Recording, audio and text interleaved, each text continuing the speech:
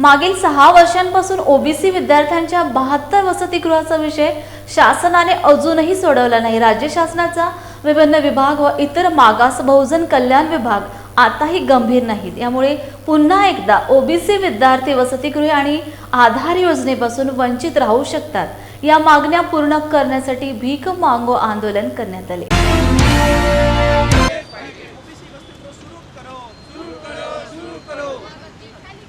कोणाच्या बापाचे हॉस्टेल आमच्या हक्काचे, नाही कोणाच्या बापाचे ओबीसी हॉस्टेल लागू करा, लागू करा, लागू करा, स्वाधार योजना लागू करा, लागू करा, ओबीसी विद्यार्थ्यांना न्याय द्या, न्याय द्या, न्याय द्या, ओबीसी वसतिगृह सुरू झालेच पाहिजे, झालेच पाहिजे, झालेच पाहिजे। हमारी प्रमुख 3 मांगे हैं। ये ओबीसी युवा अधिकार मंच के माध्यम से रेशीमबाग चौक नागपुर में भीख मांगो आंदोलन चालू है। इसमें हमारी प्रमुख मांगे है कि ओबीसी विद्यार्थियों को वसतिगृह हॉस्टल्स जो है वो शुरू होनी चाहिए। दूसरी मांग है कि स्वाधार योजना की धरती पे आधार योजना मिलनी चाहिए, आधार योजना और फॉरेन स्कॉलरशिप जो है ओबीसी विद्यार्थियों को प्रदेश में शिक्षण लेने के लिए एक परदेशी शिष्यवृत्ति होती है वो मिलनी चाहिए। लेकिन हम ये देख रहे हैं कि सरकार के पास, महाराष्ट्र सरकार के पास ओबीसी विद्यार्थियों के भविष्य के लिए कोई पैसा नहीं है। ये आगे पीछे करते हुए हमारे 7 साल गुजर गए और पिछले साल भी बोला कि अगले साल चालू करेंगे, इस साल की कॉलेज स्टार्ट हो गए, 4 महीने हो गए कॉलेज स्टार्ट होके, लेकिन अभी भी एक भी वसतिगृह शुरू नहीं हुआ है। इसका मतलब ये दिखता है कि ओबीसी विद्यार्थियों के भविष्य के लिए इस सरकार को कोई चिंता नहीं है। ये साल गया, हमारी एक पीढ़ी बर्बाद हो रही है, हमारा 1 साल जा रहा है, लेकिन तब भी सरकार को कुछ भी कोई समझ में आ नहीं रहा है। और सरकार किसी भी माध्यम से इसको डिले करके अभी जो विंटर असेंबली होगी नागपुर में वहाँ तक के रोकने की कोशिश कर रही है। आधार योजना अभी भी कैबिनेट के सामने नहीं आई है। जो हमारे 25 विद्यार्थी फॉरेन स्कॉलरशिप के लिए बढ़ाने जाने वाले थे, माननीय ओबीसी मंत्री ने विधान भवन में ये बोला भी था कि हम बढ़ाएंगे, लेकिन इस साल की बैच भी जा रही है तो 50 लोगों की बस यादी आई है, 75 अभी यादी नहीं हुई है। तो हमारा ये आंदोलन इसलिए है कि सरकार के पास हमारे लिए बस रकम नहीं है, हमारे लिए निधि नहीं है। जो ओबीसी जो लोक संख्या है, ओबीसी जो जनसमुदाय है, ये भारत का पोशिंदा है, ये भारत को अन्न देता है, अन्नदाता है, कष्टकरी आदमी है। और इसके लड़के को सिटी में, शहरों में सीखने के लिए, उच्च शिक्षण लेने के लिए अगर इस तरह की व्यवस्था सरकार नहीं करती, इसका मतलब ये है कि ओबीसी विद्यार्थियों के बारे में, ओबीसी समाज के बारे में सरकार को किसी भी तरह की कोई चिंता नहीं है।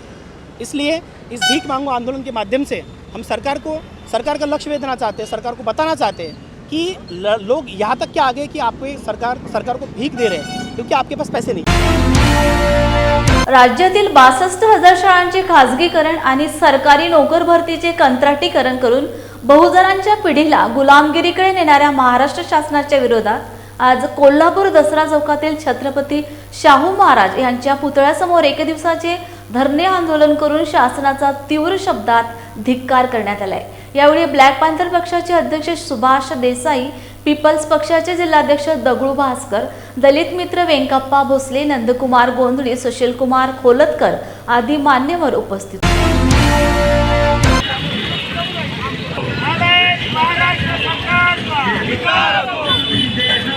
सरकारचा शाळांचं खासगीकरण करणाऱ्या सरकारचा, जातीयवादी सरकारचा, जातीय तेढ निर्माण करून शिक्षण मंत्र्याचा, या शिक्षण मंत्र्याचं करायचं काय?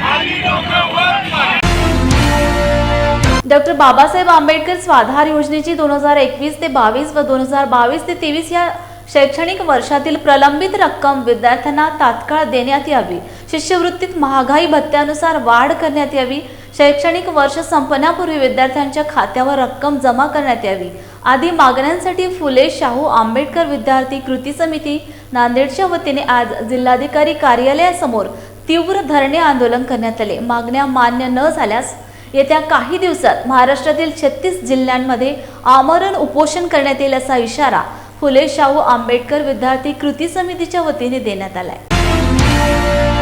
तर्फे आम्ही इथे महामोर्चाचे आयोजन केलेलं आहे। आमच्या मागण्या आहेत की जी स्वाधार आमची प्रलंबित आहे 2-3 वर्षापासून, ती स्वाधार लवकरात लवकर विद्यार्थ्यांच्या खात्यावर पडावे। कारण की ही स्वाधार जर नाही भेटली तर विद्यार्थी शिष्यवृत्ती न भेटल्यामुळे शिक्षणापासून वंचित राहत आहे।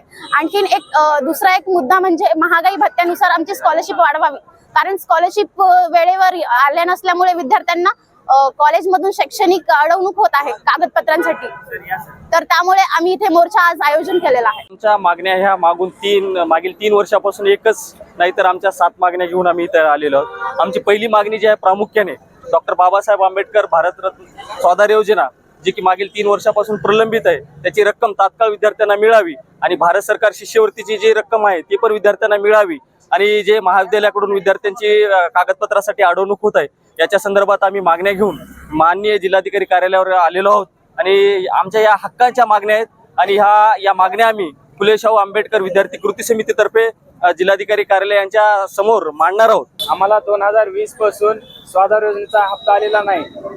हे 2020 त्या काळामध्ये लॉकडाऊन असताना सुद्धा विद्यार्थ्याची पिळवणूक करून ऑनलाईन शिक्षण घेतलं. त्या काळामध्ये ऑनलाईनचे आमचे फॉर्म भरून घेतले, ऑनलाईनची फी काढून घेतली, पण आम्हाला स्वाधार भेटेल नाही, शिष्यवृत्ती टप्पा भेटले नाही. त्या अनुषंगाने आम्ही हे आंदोलन करतो. या आंदोलनाला विद्यार्थ्यांनी भरपूर आम्हाला आयोजित केल्यामुळं या ठिकाणी आमच्या मागण्या समाज कल्याणमार्फत मान्य झाले नाहीत. त्यासाठी आम्ही कलेक्टर ऑफिसला आलो.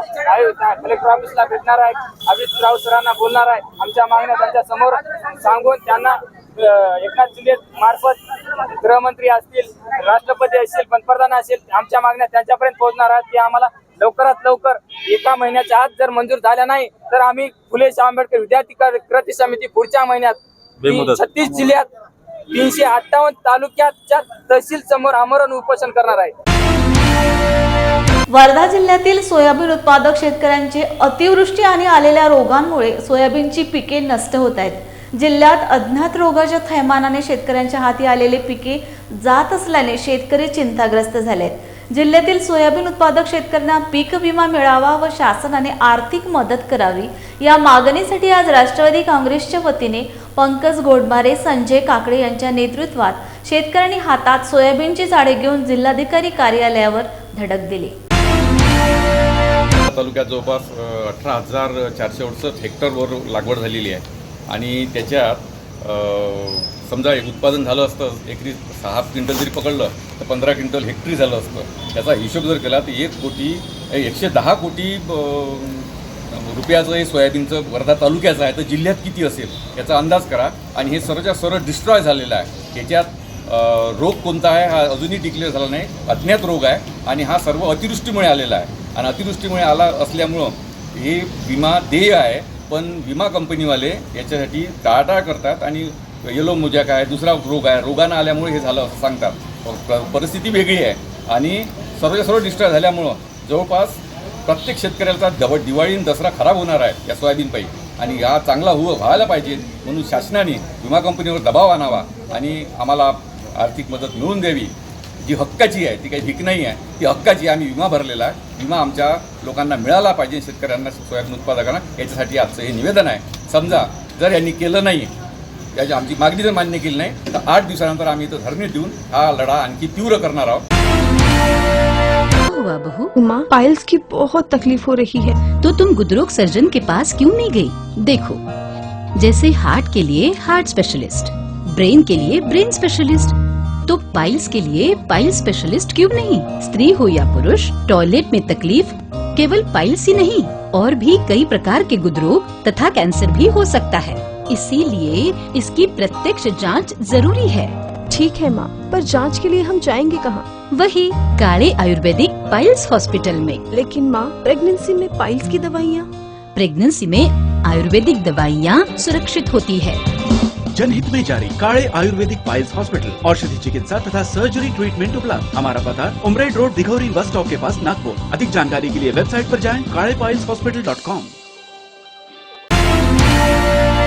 रायगडच्या सुधागड तालुक्यातील खवली ग्रामपंचायतीच्या हद्दीतील बहुचर्चित असलेल्या वसुधा सामाजिक वनीकरण सोसायटीने विडसई ग्रामस्थांच्या येण्या जाण्याच्या मुख्य मार्गावर कमान बांधली आहे. शिवाय या सोसायटीत अनधिकृतपणे बांधकामे होत असल्याचा आरोप विडसई ग्रामस्थ सचिन यशवंत वाघमारे व अन्य ग्रामस्थांनी केलाय. प्रशासनाच्या निदर्शनास आणून दिल्यानंतर समाधानकारक कोणतीही भूमिका घेतली जात नसल्याने ग्रामस्थ संतप्त झाले असून विडसई ग्रामस्थ सचिन यशवंत वाघमारे यांनी दिनांक 21 गुरुवारपासून पाली तहसील कार्यालयासमोर आमरण उपोषण सुरू केले. मी विडसेचा ग्रामस्थ आहे. माझी मागणी एवढीच आहे की जी कमान प्रशासनाच्या आदेशानुसार तोडण्यात आली होती त्याच जागेवर राहुलभाई टेंबानी यांनी पुन्हा ती कमान उभारण्याचं धाडस केलं कसं काय? आणि कोर्टामध्ये त्यांची केस चालू असताना दावा क्रमांक 1744 हायकोर्टात त्यांची केस चालू आहे, त्याला स्थगिती दिली होती, तरी पुन्हा ते असा अर्हपणा कसा करू शकतात? काय मागण्या आहेत? मागण्या आमच्या असं आहे, आत्ता ती पहिले कमान उतरावी आणि अनधिकृत बांधकाम ज्यांनी केलं आहे त्यांच्यावर पण ॲक्शन घ्यावी, त्यानंतरच हा उपोषण उठणार आहे. माझं नाव रुपाली तातोबा वाघमारे, मी राहणार विडसई.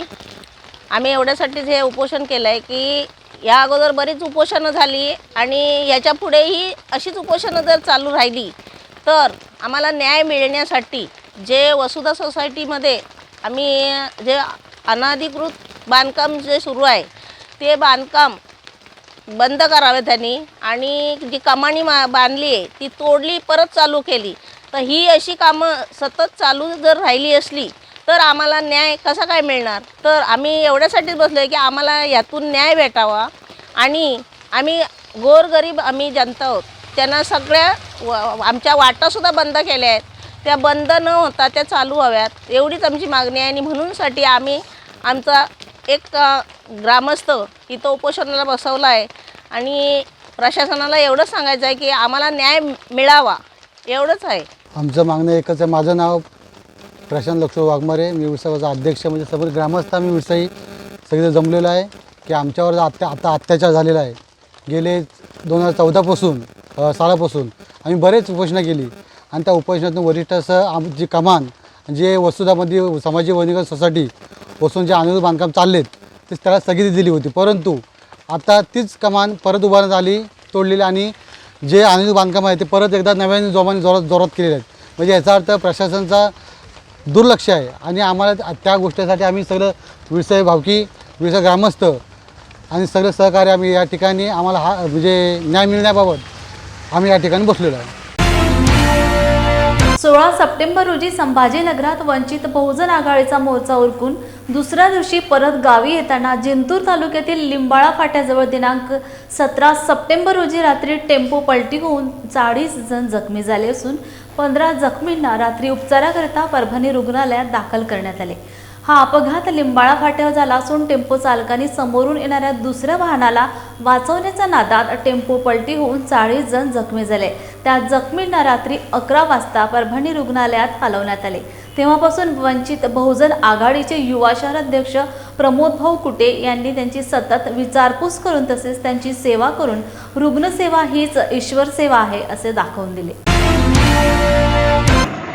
मंत्रिमंडळाची बैठक होती आणि त्या ठिकाणी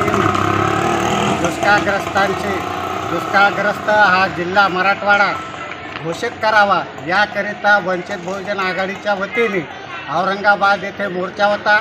या मोर्चाला संबंध मराठवाड्यातील लोक गेले होते आणि वसमत, हिंगोली जिल्ह्यातील वसमत या तालुक्यातील सोनुळा सुकळे गावातील सर्व वंचित बहुजन आघाडीचे कार्यकर्ते, पदाधिकारी, हितचिंतक त्या मोर्चाला गेले होते आणि औरंगाबादहून परत येत असताना परभणी जिल्ह्यातील जिंतूर गावाच्या आसपास हा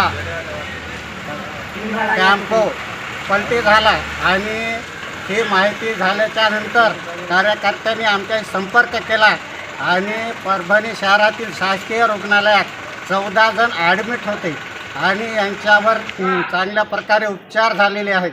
आणि यासाठी वंचित बहुजन आघाडीच्या जिल्हा अध्यक्षा आदरणीय सुनीताताई साळवे, वंचित बहुजन आघाडीचे युवा शहर अध्यक्ष प्रमोद भाऊ कुटे, वंचित बहुजन आघाडीचे सर्व पदाधिकारी आणि कार्यकर्ते यांनी सर्वांनी सहकार्य केलं आणि आज या ठिकाणी परभणीतून त्यांच्या गावी सुकळीला. लातूर जिल्हा उदगीर येथे मुस्लिम समाजाला आरक्षण मिळण्यासाठी उदगीर जुने उपजिल्हाधिकारी कार्यालयासमोर बेमुदत धरणे आंदोलन सुरू आहे.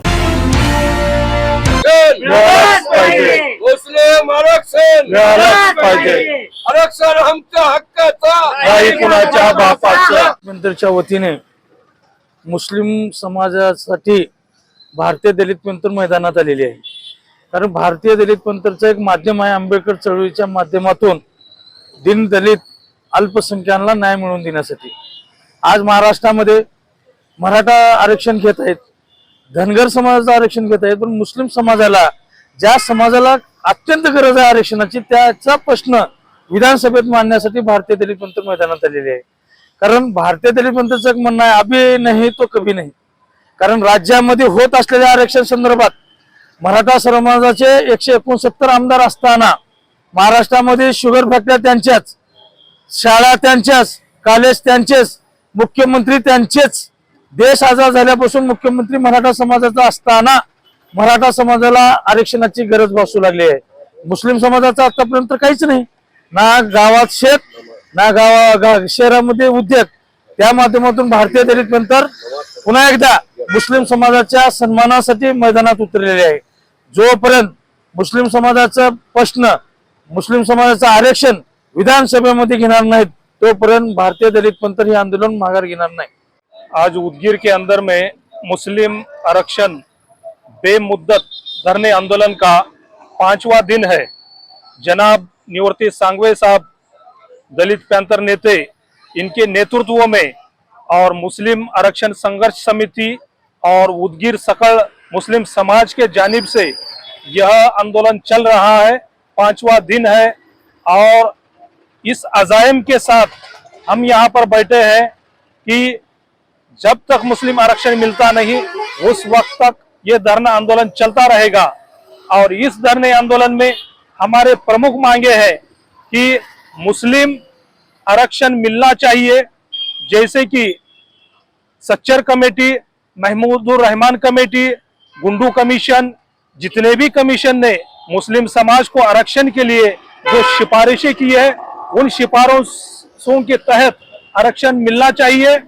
और मुस्लिम समाज को आरक्षण के साथ साथ सुरक्षा भी मिलनी चाहिए.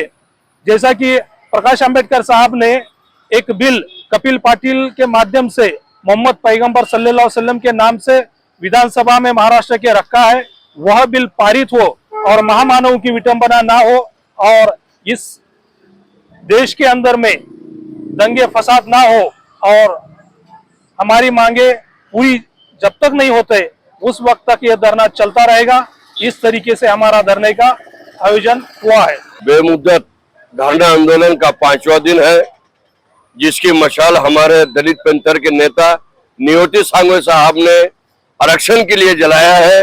और ये तमाम महाराष्ट्र के मुसलमानों के लिए जो आरक्षण के लिए जद्दोजहद कर रहे हैं. और ये आरक्षण का पहली बार नहीं है. मुसलमानों को आरक्षण कम से कम 70 साल से हमारी सेकुलर बोल कर हमारा वोट का यूज करे, मगर आरक्षण हमारे तरफ नहीं दिए. आज वो सेकुलर हुकूमत भी आए और चले गए. ये 2014 के बाद भी जो सरकार बनी भारतीय जनता पार्टी की, इन्होंने भी हमारे माइनॉरिटी के लिए कोई काम नहीं किया. जेबी मीडियाच्या बातमीपत्रात तुर्तास इथेच विराम घेऊया. पुन्हा भेटूया ताज्या घडामोडी घेऊन. तोपर्यंत जय भीम.